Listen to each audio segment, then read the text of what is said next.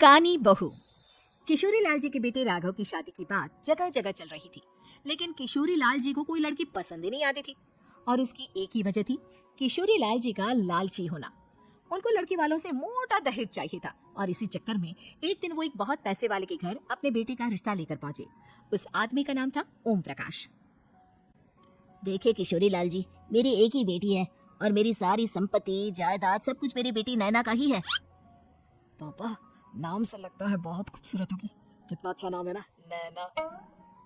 हाँ, वैसे बात तो सही है आपकी। अब इतना पैसा है, जमीन जायदाद है, इकलौती बेटी, आप भी क्या करेंगे? सब कुछ उसे ही देंगे ना। बिल्कुल ठीक पहचाना आपने। बस बेटी की शादी और सारी जायदाद उसके नाम। पापा, बिना दी के हाँ कर दीजिए ना। इतना अच्छा रिश्ता फिर कहाँ मिलेगा? माला माल हो जाएंगे हम। मैं अपनी बेटी को बुलाता हूँ। अरे नहीं नहीं नहीं नहीं, आपकी बेटी का नाम नैना है, सुनकर ही लगता है बहुत सुंदर होगी। रहने दीजिए अंकल, मैं तो आपकी बेटी के नाम से ही इतना खुश हो गया हूँ कि उसे बिना देखे शादी करने को तैयार हूँ। अब तो मैं उसका चेहरा सीधे शादी के बाद ही देखूंगा। और इस तरह राघव नैना का चेहरा नहीं देखता और उससे शादी कर लेता है। शादी के बाद अपनी सुहाग रात पर जब राघव नैना का घूंघट उठाकर देखता है तो नैना की आंखें बंद थी। कितने खूबसूरत हो तुम नैना, जरा अपनी आंखें खोलकर मेरी तरफ देखो तो सही। नहीं, मुझे शर्म आती है। मैंने तुम्हें शादी से पहले भी नहीं देखा, और अब अगर तुम आंखें खोलकर मुझे देखोगे भी नहीं तो मुझे अच्छा कैसे लगेगा?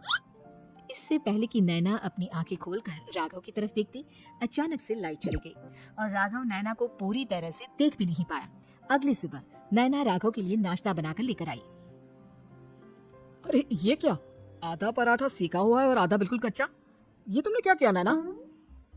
बहू, तुमने क्या आधा पराठा तवे से नीचे लटका कर रखा था, जो आधा सेका है और आधा कच्चा? मुझे जितना दिखेगा उतना ही तो सीखूंगी ना पापा जी। जहाँ जहाँ मुझे नजर आ रहा था वहाँ मैंने सीख लिया, जहाँ जहाँ नहीं दिखा वहाँ कच्चा रह गया होगा। इसका क्या मतलब है? ये कैसा मजाक कर रही है तुम? अरे बहू, तुमने इतना लंबा घूंघट क्यों लगाया हुआ है? देखो, हमारे घर में बहुओं को बेटी की तरह रखा जाता है, और फिर तुम तो इतना सारा माल लेकर आई हो।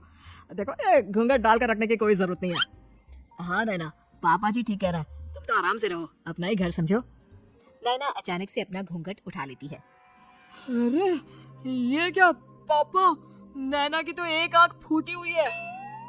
नाम से नैना, लेकिन ये तो कानी बहू निकली। मेरे साथ धोखा हुआ है, धोखा। बिना दिखाए अपनी कहानी लड़की मेरे संग ब्याह दी। मुझे कहानी बीवी नहीं चाहिए। मुझे अभी ओम प्रकाश जी से बात करनी पड़ेगी। आखिर उन्होंने मेरे साथ ऐसा किया क्यों? अरे, आप लोगों ने ही तो पापा से कहा था कि आप लोग शादी से पहले मुझे देखना नहीं चाहते। अब मेरे पापा पर क्यों इल्जाम लगा रहे हैं? अरे लेकिन उन्हें बताना तो चाहिए था ना कि तुम कानी हो, एक आंख से तुम्हें दिखाई नहीं देता। किशोरी लाल और राघव नाराज होकर ओम प्रकाश को अपने घर बुलाते हैं। पापा जी, ये आपने क्या किया? शादी से पहले बताया क्यों नहीं कि नैना की आंखों में परेशानी है? अरे, आप ही ने तो लड़की देखने से मना कर दिया था। अरे लेकिन आप बता तो सकते थे। आपको तो हमारी बेटी की प्रॉपर्टी चाहिए थी, वो भी पूरी की पूरी। अब क्या हुआ अगर उसे आधा दिखाई देता है? प्रॉपर्टी तो आपको पूरी मिल गई ना। अरे ये क्या बात हुई? मेरी शादी प्रॉपर्टी से नहीं, आपकी बेटी से हुई है। अब ये तो पहले सोचना चाहिए था, तब तो मेरी प्रॉपर्टी देखकर तुम्हारी जुबान लप-लप आ रही थी। लेकिन मैं कानी लड़की को अपनी बीवी बनाकर नहीं रख सकता। पापा, कुछ करिए ना आप। हाँ, करता हूँ। देखिए ओम प्रकाश जी, आप हमारे साथ ऐसा नहीं कर सकते।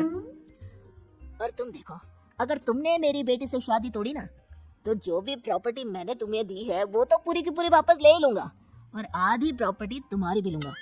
अरे मेरी आधी प्रॉपर्टी भला क्यों लेंगे आप? इसलिए क्योंकि मेरी बेटी को आधा नजर आता है और उसकी नजर अभी तक तुम्हारी आधी जायदाद पर ही पड़ी है। अब तुम उसे घर से निकालोगे तो कुछ तो लेकर जाएगी ना। और अगर हम आपकी बेटी को अपने घर की बहू बनाकर रखे तो? तो तुम्हारी पूरी प्रॉपर्टी तुम्हारी ही रहेगी, और जो मैंने तुम्हें दिया है ना, उसमें से बस मैं आधा लेकर जाऊंगा। अरे लेकिन अब आप अपनी दी हुई प्रॉपर्टी में से आधी वापस क्यों लेकर जाएंगे, अगर मैं आपकी बेटी को अपनी पत्नी बनाकर रखने को तैयार हूँ तो? इसलिए ताकि भविष्य में अगर तुम मेरी बेटी को धोखा दो तो उसके पास कुछ तो रहे जो पति का हो। वैसे मेरे पास तो बहुत कुछ है, लेकिन अपने पति की कोई निशानी तो उसके पास होनी चाहिए ना। अब अगर तुमने मेरी बेटी को कहानी कहा तो तुम्हें प्रॉपर्टी भी कहानी ही मिलेगी, पूरी नहीं। जमाए राजा। किशोरीलाल और राघव समझ चुके थे कि वो बुरी तरह फंस चुके हैं और अब उनके पास वहां से निकलने का कोई चारा नहीं है।